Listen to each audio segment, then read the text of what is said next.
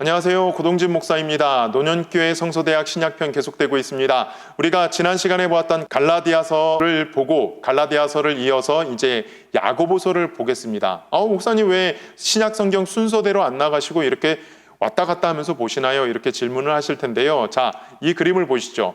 지난 시간에도 말씀드렸습니다. 역사적인 흐름이 있습니다. 그 역사서를 볼 때 사도행전이라고 볼 수가 있죠. 신약성경에서는. 사도행전의 역사가 흘러갑니다. 사도들의 복음 전도의 그 행적이 흘러갑니다. 그 행적이 흘러가면서 쓰여진 편지들이 바로 서신서들이죠. 우리가 구약 성경을 배울 때 성서대학 구약편을 할 때도 보셨죠. 함께 읽어 내려가실 때 예언서 따로 역사서 따로 우리가 함께 공부하지 않았습니다. 역사서, 열왕기 상하 그리고 역대기 상하 그 역사서를 쭉 펼쳐놓고 다니엘서까지 쭉 펼쳐놓고 그 역사에 맞는 우리가 예언서들을 함께 보면서 그 예언서의 배경을 보았죠.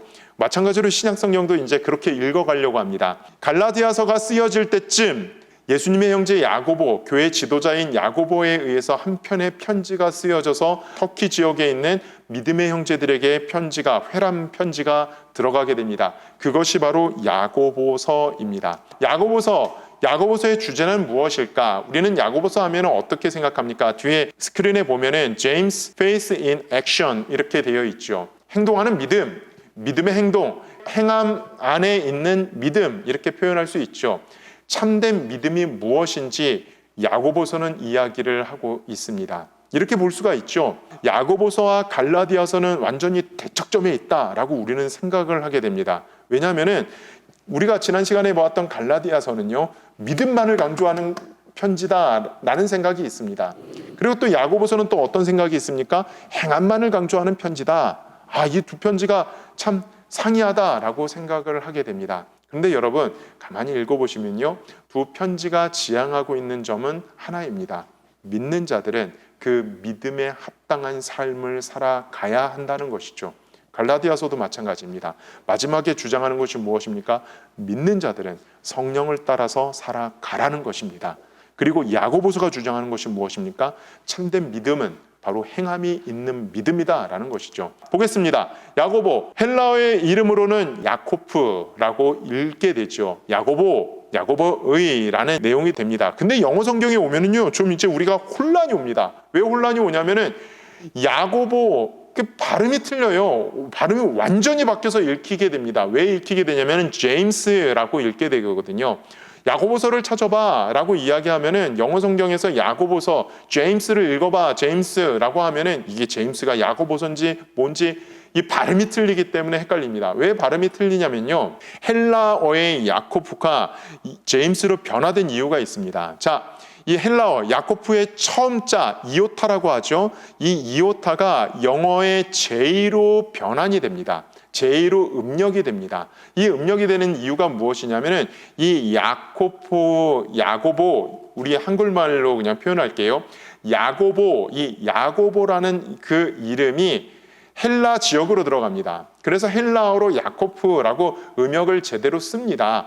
아람어의 발음을 가지고 헬라어 음역으로 제대로 씁니다. 그런데 이 헬라어 음역이 라틴어, 즉 로마의 언어로 바뀌면서 이것이 J로 바뀌게 됩니다. 그때까지는 아직까지 야고보라는 이름으로 비슷하게 발음이 되어지는데 이 라틴어가 이제 지금의 프랑스 지역으로 들어갑니다. 프랑스 지역으로 들어가서 프랑스 지역, 그 지역 사람들의 방언과 합쳐지면서, 쉽게 얘기해서 고대 프랑스어와 합쳐지면서 갈리아라고 하죠. 갈리아 지방의 그 언어와 합쳐지면서 J가 우리가 알고 있는 그 발음으로 바뀌게 됩니다. 그래서 영어 성경에서는 제임스라고 읽게 됩니다. 즉, 이 지역에 따라서 변화되면서 발음이 바뀌었다는 것을 보시면서 이게 참 재밌는 현상이구나 이렇게 보시면서 읽어보시면 또 흥미롭습니다. 기록자는 누구일까? 예수님의 형제 야고보, 바로 예수님의 형제 야고보에 의해서 쓰여진 편지다라는 것은 어느 누구나 이 교회가 전통적으로 그 예수님의 형제 야고보가 쓰여졌다라고 보고 있습니다. 왜냐하면요, 언어 사용이 사도행전에 나와 있는 야고보 연설과 유사합니다. 즉 사도행전 15장에 나와 있는 그 야고보, 예루살렘 공의회 때 그 모든 것을 다 종합을 하고 또 마무리를 지었고 그렇게 결정을 했던 예루살렘 교회의 수장 야고보의 연설과 야고보서의 언어 사용이 보케브러리, 즉 단어 사용을 하는 거나 어투나 그것이 유사하다는 것이죠.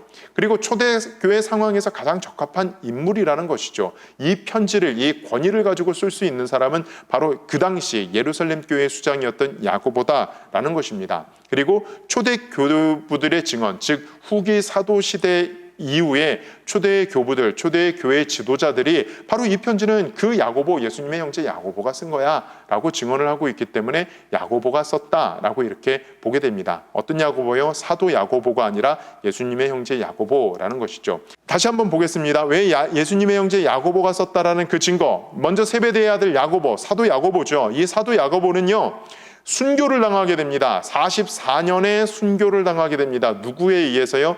헤롯 아그리파 1세에 의해서 순교를 당했기 때문에 야고보서의 기록자일 가능성이 거의 희박을 합니다. 자, 두 번째, 알페오의 아들인 야고보가 두 명이죠. 제자가. 이 야고보, 작은 야고보라고 불렸던 이 사람은 복음서와 동일 인물로 보기에는 좀 일치가 되지 않고요. 또 이 야고보는 특히 할 만한 활동을 하지 못하고 있습니다. 물론 복음 전도하고 사도로서 순교를 했지만은 본 서신을 기록할 정도로 저명한 그러한 활동을 하지 못했다라는 것이죠.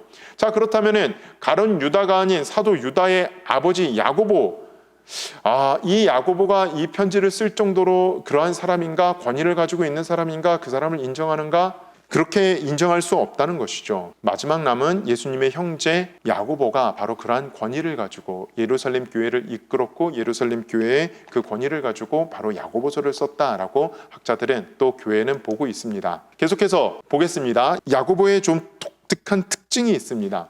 예수님의 형제 야고보는요, 예수님 살아생전에 예수님을 따라가서 활동을 하지 않았습니다.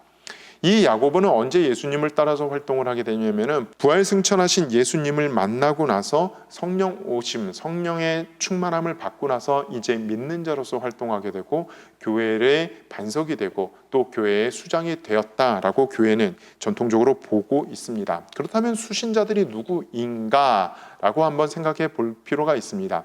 수신자들은 바로 한때 예루살렘 교회의 성도들이었다가 팔레스타인 밖으로 흩어져 있는 예수 그리스도를 믿는 유대 그리스도인들이라는 것이죠. 그것이 2장 1절에 나와 있는 말씀을 근거로 하고 있습니다. 유대 그리스도인들. 근거는요, 이렇게 이야기를 하죠. 흩어져 있는 12지파에게 라고 이야기를 합니다. 흩어져 있는 12지파에게 이 편지를 썼다, 이렇게 이야기를 하죠. 2장 1절에서는 이렇게 이야기합니다. 내 형제들아, 영광의 주 곧 우리 주 예수 그리스도에 대한 믿음을 너희가 가졌으니. 유대인, 우리가 알고 있는 바로 예루살렘 교회의 성도들이었다는 것이죠. 예루살렘 교회 성도들이 박해가 다가옵니다. 스데반의 박해로 인해서 맨 먼저 흩어진 사람들이 누구라고 말씀드렸죠? 바로 헬라파 유대인 그리스도인들. 쉽게 얘기해서 예루살렘 성전에 와서 예배를 드리러 순례를 하러 올라왔던 헬라 지역, 이방 지역에 살고 있었던 그 유대인들이 성령 강림절 사건으로 예수님을 믿고 구주로 영접하게 됩니다. 그런데 스데반의 박해로 인해서 그들이 각자의 거처로 돌아갔다는 것이죠. 아직까지 예루살렘 교회는 건실하게 서 있습니다. 그런데 헤롯이 들어서고 나서 헤롯 아그리파 1세, 계속해서 유대인들의 박해와 헤롯의 박해로 인해서 이 교회는 흔들리게 되고 이 교회는 흩어지게 됩니다. 이 사람들이 각 지로 이제 믿음을 지키러 흩어지게 되는 것이죠. 그 사람들에게, 바로 유대인 그리스도인들에게 편지를 쓰게 되는 것입니다. 더욱이 또 누구들에게 편지를 쓰냐면은 헬라파 유대인 그리스도인들이라고 보시면 되겠습니다. 흩어진 사람들에게 편지를 쓰고 있는 것입니다. 배경이 이렇습니다. 30년경에 우리가 보았죠. 스데반의 순교 이후에 예루살렘 교회에 임한 핍박으로 그리스도인들이 흩어집니다. 어떤 그리스도인들이 흩어졌다고요? 헬라파 그리스도인들. 그냥 헬라파라고 이야기할게요. 헬라파 유대인들이 흩어집니다. 헬라파 유대인 중에 믿는 예수 그리스도를 믿는 사람들이 흩어집니다. 44년에 요한의 형제 야고보가 순교하고 베드로도 잡혔다가 예루살렘을 떠납니다. 예루살렘을 떠나서 복음을 전합니다. 자, 44년에서 46년 로마 총독들의 통치 안에서 계속해서 유대인들이 폭동을 일으킵니다. 그 합동으로 인해서 어떠한 일들이 일어나냐면은 믿는 예루살렘 교회 믿음의 사람들이 공격을 당하게 됩니다. 그래서 그들이 흩어지게 됩니다. 그리고 45년에는 어떠한 일이 일어나게 되냐면은 우리가 보았죠. 아가보가 예언을 해서 대기근이 올 것이다. 그리고 사도행전에서도 기록되어 있듯이 글라디우스 황제의 시대에 큰 대기근이 몇 년 동안 일어났다. 그래서 사도 바울과 바나바가 안디옥 교회에서 부조금을 가지고 연보금을 가지고 예루살렘 교회를 가져와서 도와줬다라고 사도행전에서 보았잖아요. 그러한 상황이 있습니다. 즉 예루살렘 교회에서 믿음 생활하고 생계를 유지하기가 어려운 그러한 배경이 있습니다. 그러니 어떡합니까? 조금이라도 먹고 살 수 있는 곳으로 흩어지게 됩니다. 그리고 49년도에는 또 무슨 일이 일어나냐면요. 로마에서 글라디우스 황제가 유대인들을 전부 다 추방을 해버립니다.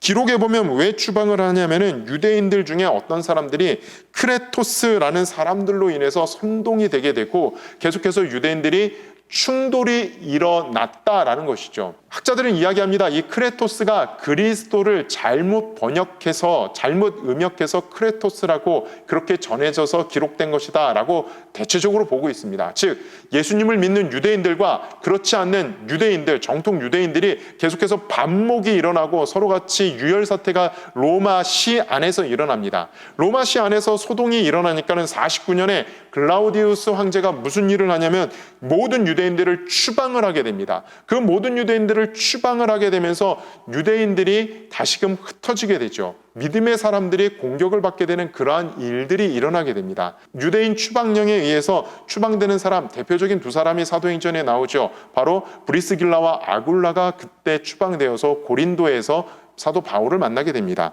자, 이러한 일련의 역사적인 배경이 있습니다. 이러한 배경이 있으니까 어떻게 됩니까? 삶이 어려워집니다. 핍박으로 인해서 힘들어집니다. 이 가뭄으로 인해서 경제적인 상황이 어려워집니다. 그래서 어떻게 됩니까? 계속해서 지쳐갑니다. 차츰 신앙의 타협이 시작되고 신앙이 세속화가 되고 형식화에 치우치는 상황이 됩니다. 핍박에 의해서 더해진 기근으로 인해 핍박뿐만 아니라 기근으로 인해서 삶이 더 팍팍하게 됩니다. 삶이 더 팍팍하게 되니까는 서로가 서로를 미워하고 비난하고 판단하고 차별하는 상황이 일어납니다. 자, 어떠한 일이 일어나냐면은 예루살렘 교회에서 핍박과 박해를 피해서 기근을 피해서 각지로 이제 유대인, 유대말을 쓰는 그리스도인들이 흩어져 나갑니다. 헬라 지역으로 흩어져 나갑니다. 그럼 그 헬라 지역에 누가 살고 있습니까? 바로 스데반의 순교 때 먼저 자의 삶의 처소로 돌아간 헬라말을 쓰는 유대인 그리스도인들이 살고 있습니다. 그 지역에서 가서 보니까는 같이 예수 믿는 사람이에요. 그러니 어떻게 됩니까? 그 집에 가서 기거를 하게 되고 그 집에서 신앙생활하게 되고 함께 모여 교회에서 신앙생활을 하게 됩니다. 자, 유대 회당을 중심으로 그들은 찾아가서 또 신앙생활을 했을 것입니다. 그런데 점점 이 경제가 어려워지고 이 기근으로 인해 삶이 팍팍해져 가니까 어떻게 됩니까?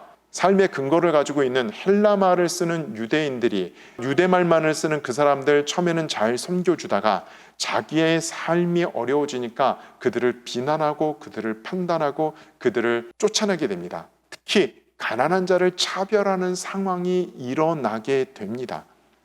점점점 사랑이 식어지고 말과 행동이 거칠게 나가게 되는 그러한 모습들이 그 당시에 교회에서 일어나게 됩니다. 그것이 45년부터 46년부터 49년까지 이 각지에 흩어져 있던 기독교인들 가운데 일어났던 그러한 현상입니다.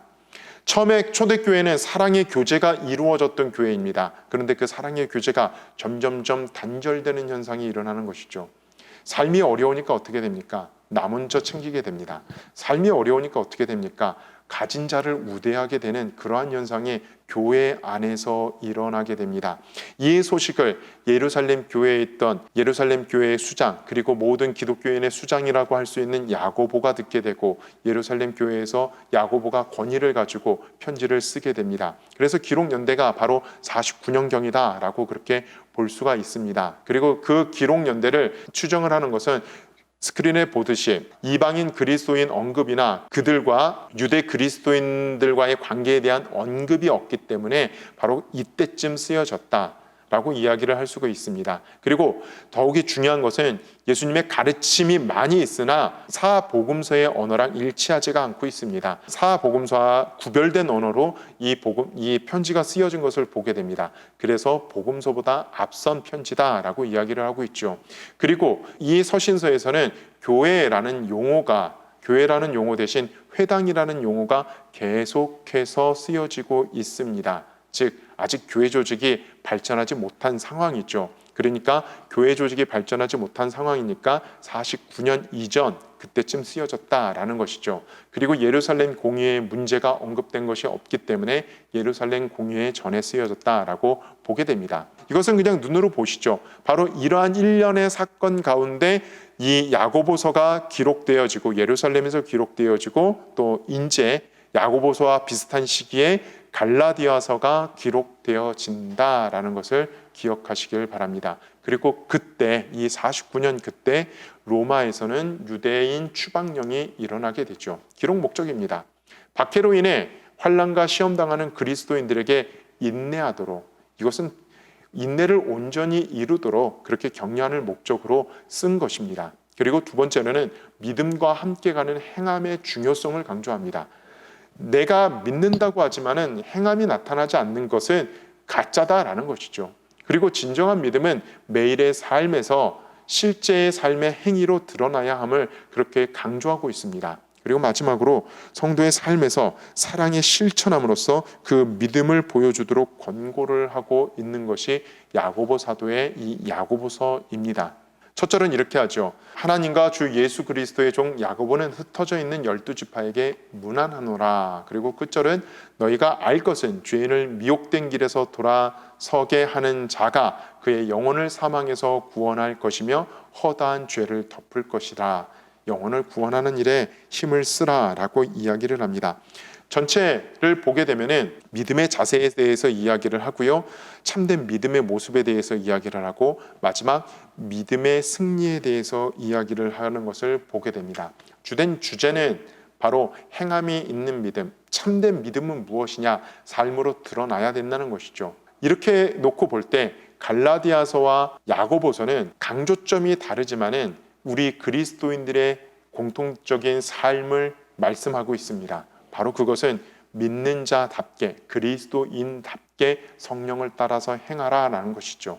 사랑의 삶을 살라라는 것입니다. 여러분, 우리의 삶은 지금 어떠한 삶을 살고 있는지 한번 야고보서를 읽어보시면서 우리들의 믿음 생활을 점검해 보시길 바랍니다. 이제 다음 시간에는 사도 바울의 2차 전도 여행, 박진감 넘치는 2차 전도 여행, 그리고 성령께서 동행하시는 2차 전도 여행을 함께 나누도록 하겠습니다. 감사합니다.